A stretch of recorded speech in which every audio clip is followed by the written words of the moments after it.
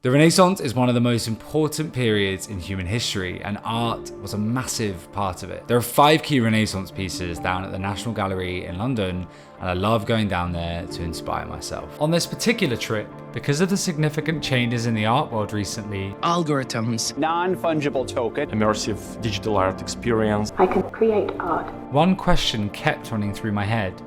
Are we in a second Renaissance? Stick around to find out what my thoughts on a second Renaissance looks like, but for now, what even is a Renaissance? Let's track back a little. Something big happened in Europe around the 15th and 16th centuries. It was a time of artistic brilliance and cultural transformation at a pace rarely seen before. Incredible progress was made in mathematics, science, literature, and philosophy, but this time also brought about a mind-blowing shift in the art world. It was marked by breakthroughs in techniques and materials, such as the use of linear perspective and oil painting, and was the time in which some of the most incredible artists in history mastered their craft. The period was coined the Renaissance in the 19th century by French historian Jules Michelet.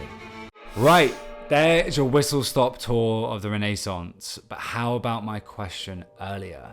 Are we in a second Renaissance now? Short answer, yes. 100%, I think we are. We're in something of a similar, if not much greater scale. There are definitely comparisons between the original Renaissance and now, but there are a huge amount of differences which define this new era, so it definitely needs a new name. This is an era defined by technology, so I thought it was only appropriate to call this era the Cybernaissance. Let's go on to 4 characteristics that I think define this new era. First off is technological advancements. From the 1960s onwards, we've seen advancements in stuff like software, digital drawing pads, VR, AR, and most importantly for this new era, AI. What's very unique about this era though is the rate of change in technology. American engineer Gordon Moore in 1965 made a big prediction. He predicted that the transistors on computer chips would double approximately every 2 years, leading to an exponential increase in computing power. AI is now in an era whereby compute usage is doubling every 3 to 4 months.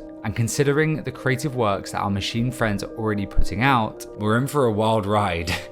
Things are going to only get exponentially more powerful, and the machines which are now powering a lot of art and design, they're only going to get smarter. The second feature of the Cybernaissance is extreme democratization. A key feature of the Renaissance was the democratization of art, and this is for a few reasons. You had the introduction of the printing press, the rise of a prosperous middle class, and you had the breakaway of artists from the church. Fast forward to today, and we're seeing art being democratized to a whole new level. The internet, social media, and tech advancements have really given anyone in the world the ability to create anything they want, really. Someone can now grab their smartphone, download Midjourney, type in some prompts, create an Instagram account, post these images up, and be an artist in a few hours with no experience. Whether people consider this as art or that person as an artist is another question. What is an artist?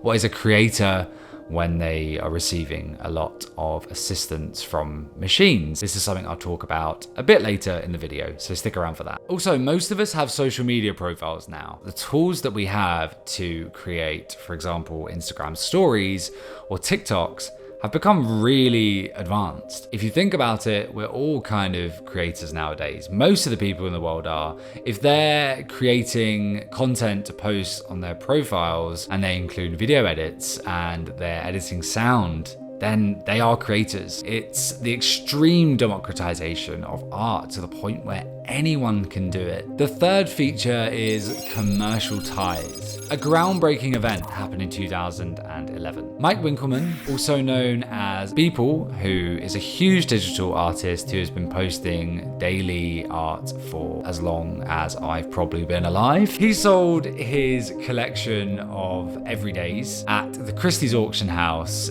for a staggering $69 million.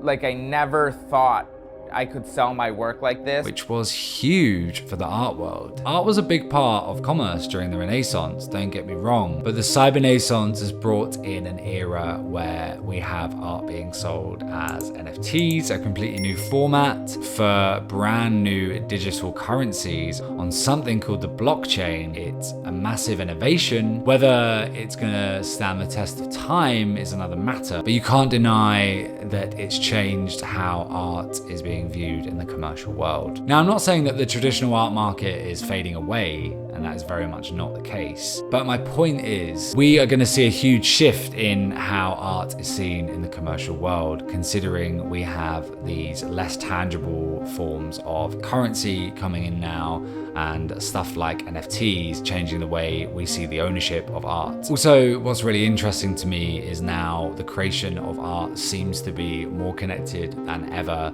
to the corporation. I create my art on Cinema 4D, on After Effects, on Photoshop, which are controlled by Adobe and Maxon. And this isn't just for the creation of art, this is also for the sharing of art as well. We are all now sharing our art on platforms such as Instagram or here on YouTube. Now, I'm not sure how I think about this yet. If you do have any thoughts about how our ties to corporations as artists and creators might become kind of stronger in the future, please let me know in the comments. The final feature is digital assistants. You can be sure when you look at a Renaissance piece of art that it's been made by a human. And this is why I think I get such a strong feeling when I go to the National Gallery. It's why I keep going back. Every single painting has a story behind either the artist or the person who's pictured in the painting. I think as a human, we really connect with that. It's what makes art amazing. But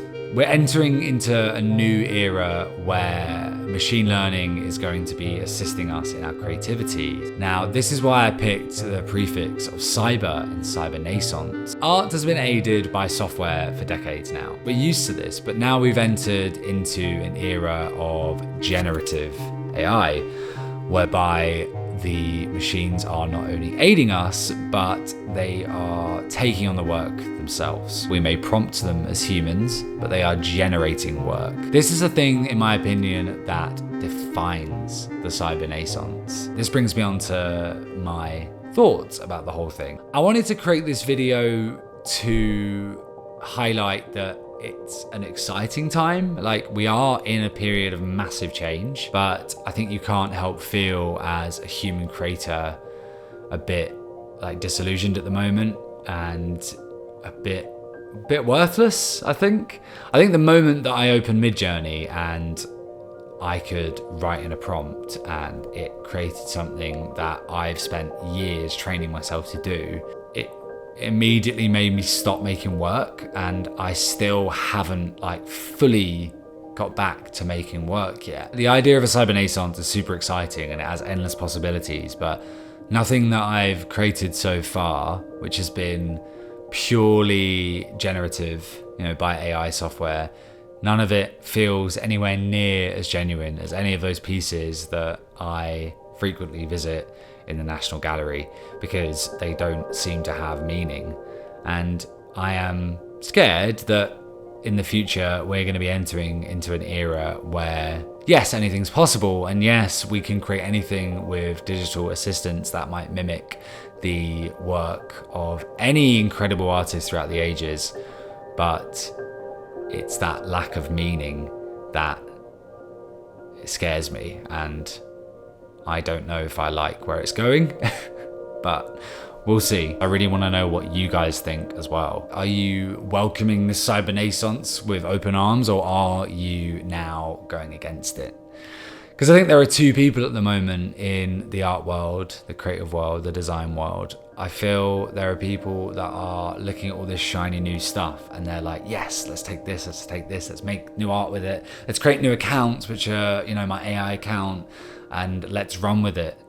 And there are people who have become quite sad about it all. They've got into their shell. Which category do you fall into? What are your thoughts on this?